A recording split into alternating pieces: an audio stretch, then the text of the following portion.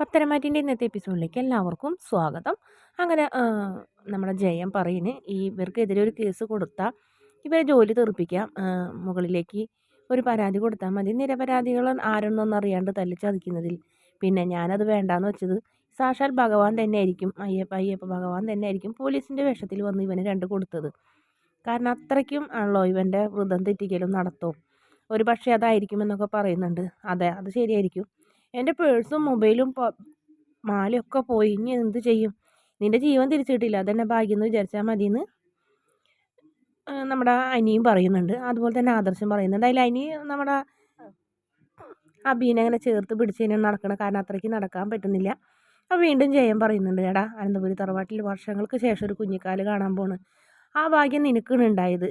എന്നിട്ടെങ്കിലും ആ കുഞ്ഞിനെങ്കിലും ഓർത്ത് നിനക്ക് നന്നായി നടന്നുകൂടെടാ എന്നൊക്കെ ചോദിച്ച്, ഞാൻ അടുത്ത വർഷം നല്ല രീതിയിൽ തന്നെ പോകും, അതിന് വേണ്ടിയിട്ട് ഞാൻ ഇപ്പോഴേ തന്നെ ഞാൻ പറഞ്ഞിട്ടുണ്ട് അയ്യപ്പനോട്, ഞാൻ നല്ലോണം നൊയമ്പെടുത്തിട്ട് ഞാൻ പോകുള്ളൂ മാമ എന്നൊക്കെ പറയുന്നുണ്ട്.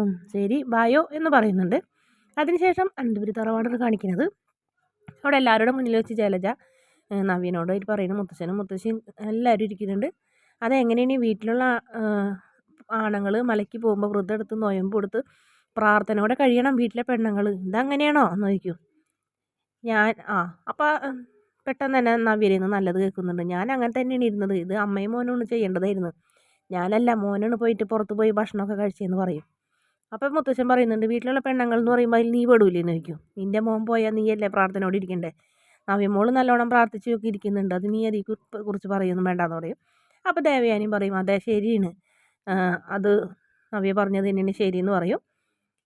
ഞാൻ കിടന്നപ്പോൾ നിൻ്റെ മോൻ ശയനപ്രദക്ഷിണം നടത്തി എന്നൊക്കെ പറയുന്നുണ്ടായിരുന്നല്ല, എനിക്ക് വേണ്ടിയിട്ടാണ് അവൻ ഇത്തവണ മല ചവിട്ടണമെന്നും പറഞ്ഞു. എന്നിട്ട് എന്താ അവന് മലയ്ക്ക് പോകാൻ പറ്റാഞ്ഞേ? കൂടുള്ളവരൊക്കെ നല്ല രീതിയിൽ പോയി വന്നില്ലേ എന്നൊക്കെ ചോദിക്കും. അപ്പോൾ എന്തായാലും അതിനുശേഷം വണ്ടിയുടെ ഹോണടി കേൾക്കും. അതേ അയ്യപ്പന്മാർ വന്നെന്ന് പറയും. മുത്തശ്ശൻ നല്ല സന്തോഷത്തോടെ തന്നെ പറയും. ആ സമയത്ത് എല്ലാവരും കൂടെ ഇങ്ങനെ കയറി വരുമ്പോൾ അബീനെ അങ്ങനെ കുറ്റം പറയുന്നു. മുത്തശ്ശൻ നല്ല രീതിയിൽ മര്യാദയ്ക്ക് വ്രതം നൊയമ്പ് എടുത്തിട്ടുണ്ടായിരുന്നെങ്കിൽ ഇവരെ കൂടെ നിനക്കും പോകായിരുന്നില്ലേ എന്നൊക്കെ ചോദിക്കും. ഇനിയിപ്പോൾ പറഞ്ഞിട്ട് കാര്യമൊന്നുമില്ലല്ലോ എന്ന് പറഞ്ഞ് അങ്ങനെ ജലജനെയും അബീനൊക്കെ ഒരുപാട് കുറ്റം പറയുന്നുണ്ട് മുത്തശ്ശൻ. എന്നിട്ട് അപ്പോൾ ദേവയാനി പറയും, ഇനിയിപ്പോൾ അതും ഇതൊന്നും പറയാൻ നിൽക്കാണ്ട് എല്ലാവരും കുളിച്ച് പോവാ, ഭക്ഷണമൊക്കെ റെഡിയാണെന്ന് പറയും. അപ്പോൾ ആദർശ് എല്ലാവരുടെ മുന്നിൽ വെച്ച് പറയും, അതെ എനിക്ക് നയനേൻ്റെ അടുത്തേക്കൊന്ന് പോകണം എന്ന് പറയും പ്രസാദവും കൊണ്ട്. ഓ, നീ ഇവിടെ നിന്ന് അങ്ങോട്ട് വന്നിട്ടുള്ളൂ, അപ്പോഴത്തേനും നിനക്ക് അവളെ കാണാൻ പോവാം, അവളെ കൂടെ കൊണ്ടുവരാനായിരിക്കുമെന്ന് ജലജ പറയും. അപ്പോൾ എന്തായാലും മുത്തശ്ശൻ പറയും, എന്താ അവൻ്റെ ഭാര്യനെ അവൻ ഇങ്ങോട്ട് കൊണ്ടുവരണ്ടേ മോളെ എന്ന് പറയും. നവ്യമോളോട് പറയും, നവ്യമോളെ നീ ഇവനെ ഈ കാലും ഞൊണ്ടി വന്നവനെ മുറിയിലേക്ക് കൊണ്ടുപോ എന്ന് പറയും. അപ്പോൾ അവൻ നവ്യ വേഗം അബിയെയും വിളിച്ച് പോകും. എന്നിട്ട് പറയും, എന്തായാലും നവ്യമോള് ശരിക്കും ജലജയ്ക്ക് പറ്റിയ മരുമോള് തന്നെയാണ്. ജലജ പറയുന്നതിനനുസരിച്ച് ചുട്ട മറുപടി അവൾ കൊടുക്കുന്നുണ്ട്. പക്ഷേ നയന അങ്ങനെയല്ല, എന്തൊക്കെ പറഞ്ഞാലും ഒരു വാക്ക് പോലും അവൾ തിരിച്ച് നിന്നെ പറയാറില്ല. അത് നീക്ക് ഓർമ്മയുണ്ടോ? അവൾ നിനക്ക് വേണ്ടി നിന്നെ വീണ്ടും വീണ്ടും സ്നേഹിക്കുന്നു, അവളുടെ മഹത്വം നീ മനസ്സിലാക്കണില്ല എന്നുള്ളൂ എന്നൊക്കെ പറയും. ആ സമയത്ത് നമ്മുടെ ജാനകി ചോദിക്കുന്നുണ്ട്, ഇടയ്ക്ക് അനാമിക മോൾ വിളിച്ചിരുന്നു എന്ന് ചോദിക്കും. അപ്പോൾ അനി പറയും, ആ വിളിച്ചിരുന്നു, എപ്പോഴും വിളിക്കുമായിരുന്നു, എന്നെ മാത്രമല്ല അയ്യപ്പനെയും വിളിച്ചു എന്ന് പറയും. വാച്ചാന്ന് പറഞ്ഞ് ദേഷ്യത്തോടെ അച്ഛനെയും വിളിച്ച് മുകളിലേക്കും പോകും. അങ്ങനെ എല്ലാവരും എല്ലാ വഴിക്ക് പോകും. അപ്പോൾ ആദർശിനോട് പറയുന്നുണ്ട്, മുത്തശ്ശി എന്തെങ്കിലുമൊക്കെ ആ പ്രസാദമൊക്കെ വേഗം കൊണ്ടു കൊടുക്ക് എന്നൊക്കെ പറഞ്ഞ് അവരും പിരിയും. അപ്പോൾ ജലജ പറയുന്നുണ്ട്, എന്താണ് ഏട്ടത്തി ഇനിയിപ്പോൾ അവളെ ഉടനടി ഇപ്പോൾ ഇങ്ങോട്ട് കൊണ്ടുവരാൻ പോകണമെന്ന് വെച്ചപ്പോൾ എനിക്കൊന്നും അറിയില്ല അവൻ്റെ മനസ്സ് എന്താണെന്ന് പറഞ്ഞ് ദേവയാനി ഒന്നും മിണ്ടാണ്ട് നിൽക്കും.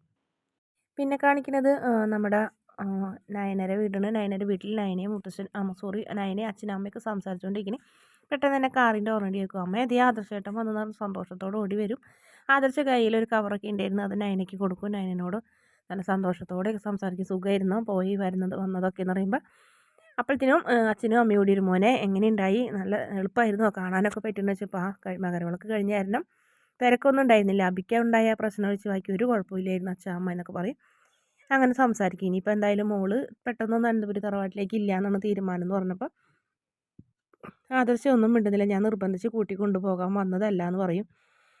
എനിക്കിവിടെ വന്നായാലും ഇവളെ കാണാമല്ലോ എന്ന് പറയും. മോനെ ഇത് മോൻ്റെ വീടാണ്, അതുകൊണ്ട് മോനെ എപ്പോൾ വേണമെങ്കിലും അങ്ങോട്ട് വരാം, മോൻ എടുത്തു തന്ന വീടല്ലേ എന്ന് പറഞ്ഞപ്പോൾ അങ്ങനെയൊന്നും കാണണ്ട അച്ഛൻ, ഇത് ഞാൻ നിങ്ങൾക്ക് വേണ്ടി എടുത്തു തന്ന വീടാണ്, അതുകൊണ്ട് ഇത് നിങ്ങളുടെ വീട് തന്നെയാണ്, എന്നാലും എനിക്കിവിടെ വരാമല്ലോ എൻ്റെ ഭാര്യയെ കാണാൻ പറയും. ആദർശേട്ടൻ വായോ എന്ന് പറഞ്ഞു കഴിഞ്ഞിട്ട് നയന ആദർശിനെ വിളിച്ചുകൊണ്ട് പോകും. മുറിയിലേക്ക് ചെല്ലുമ്പോൾ ഇനി നിനക്ക് വ്രതം കഴിഞ്ഞു, ഇനിയിപ്പോൾ എൻ്റെ ഭാര്യ എനിക്ക് സന്തോഷത്തോടെ ആരെയും പേടിക്കാണ്ട് തൊടാലോ എന്ന് പറഞ്ഞപ്പോൾ നമ്മുടെ നയന വേഗം തന്നെ ആദർശിൻ്റെ തോളിൽ ഇങ്ങനെ ചായുന്നുണ്ട്. അയ്യോ നിനക്ക് വയ്യാത്തത് ഞാൻ മറന്നു, സോറി എന്ന് ഉറപ്പാണ്, എനിക്കൊന്നും കുഴപ്പമില്ല ആദർശേട്ടാ, ഞാൻ എല്ലാ വിധത്തിലും ഓക്കെ ആണെന്നൊക്കെ പറയും. അതൊക്കെ നീ പറയും എന്ന് പറയും, നീ നിൻ്റെ ശരീരം നല്ലോണം ശ്രദ്ധിക്കണം എന്നൊക്കെ പറഞ്ഞ് വീണ്ടും അവർക്ക് ഒരുപാട് നേരം സംസാരിക്കുന്നുണ്ട്. എന്നാൽ പിന്നെ നിനക്ക് വീട്ടിലേക്ക് വന്നൂടെ എന്ന് ചോദിച്ചപ്പോൾ ഞാൻ പറഞ്ഞില്ലേ അതിനുള്ള കാരണം, അമ്പലത്തിൽ വെച്ച് വരെ ഞാൻ എൻ്റെ അമ്മായിമ്മനെ കണ്ടു, എന്നിട്ട് പോലും എൻ്റെ മുഖത്തേക്കൊന്നും നോക്കിയില്ല, എന്ന് വെച്ച് ഞാൻ കാച്ചി വെച്ച പാലെല്ലാം എടുത്ത് കുടിച്ചത്, അപ്പോൾ ആ ദേഷ്യം എന്നോട് ഉണ്ടാവും എന്ന് പറഞ്ഞപ്പോൾ എനിക്ക് തോന്നുന്നില്ല അപ്പം നിന്നോട് അത്രയ്ക്ക് ദേഷ്യം ഉണ്ടെന്നൊക്കെ ആദർശം പറയുന്നുണ്ട്. ഇപ്പം തന്നെ ഞാൻ എല്ലാവരുടെ മുന്നിൽ വെച്ച് നിന്നെ കാണാൻ പോകണമെന്ന് പറഞ്ഞപ്പോൾ അത് തടഞ്ഞില്ല, അതെനിക്ക് വല്ല അത്ഭുതമായി തോന്നി. എന്തായാലും എന്തൊക്കെയോ മാറ്റങ്ങളുണ്ട് എന്ന് പറഞ്ഞപ്പോൾ ശനിയും ശുക്രനൊക്കെ വന്നും പോയിക്കൊണ്ടൊക്കെ ഇരിക്കും, നമ്മുടെ മനുഷ്യന്മാരല്ലേ മനുഷ്യന്മാരെ മനസ്സിലാക്കേണ്ടത്, അത് ശരിയേ എന്ന് പറയും. പിന്നെ കാണിക്കുന്നത് നന്ദുവിനെ, നന്ദു വണ്ടി സ്കൂട്ടിമ്മ പോകാതിരിക്കുള്ളൂ, ഒരു വണ്ടി വന്ന് വട്ടം നിൽക്കുന്നുണ്ട്, അതിൽ നിന്ന് കുറച്ച് ഗുണ്ടകൾ ഇറങ്ങി വന്നിട്ട് എന്താ മോളെ നീ വലിയ കരാട്ടക്കാരി എന്ന് പറഞ്ഞല്ലോ, നമുക്കൊന്ന് കൈ നോക്കാമെന്ന് പറഞ്ഞപ്പോൾ എന്തായാലും ആദ്യത്തെ രണ്ടുപേരെ നന്ദു അടിച്ച് വീഴ്ത്തുന്നുണ്ടെങ്കിലും പിന്നീട് അവർ ബലമായി നന്ദുവിനെ അടിച്ച് വീഴ്ത്തി കൊണ്ടുപോകുന്നുണ്ട്.